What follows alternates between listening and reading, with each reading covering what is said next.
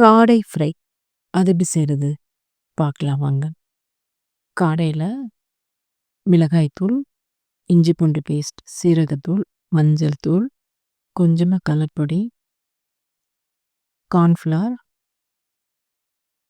தேவையான உப்பு, கொஞ்சம் தேங்காய் எண்ணெய். இதெல்லாம் சேர்த்து நல்லா கலந்துக்கோங்க. காடையில எல்லா இடமும் இந்த மசாலா படுற அளவுக்கு நல்லா மிக்ஸ் பண்ணி விடுங்க. இதோட ஒரு எலுமிச்சம்பழம் புழிஞ்சு விடுங்க.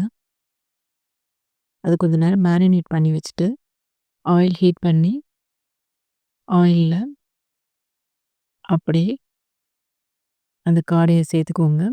கொஞ்ச நேரம் அத டிஸ்டர்ப் பண்ணாம விட்டுட்டு, கொஞ்ச நேரம் கழிச்சு அத அப்படியே பெரட்டி விடுங்க.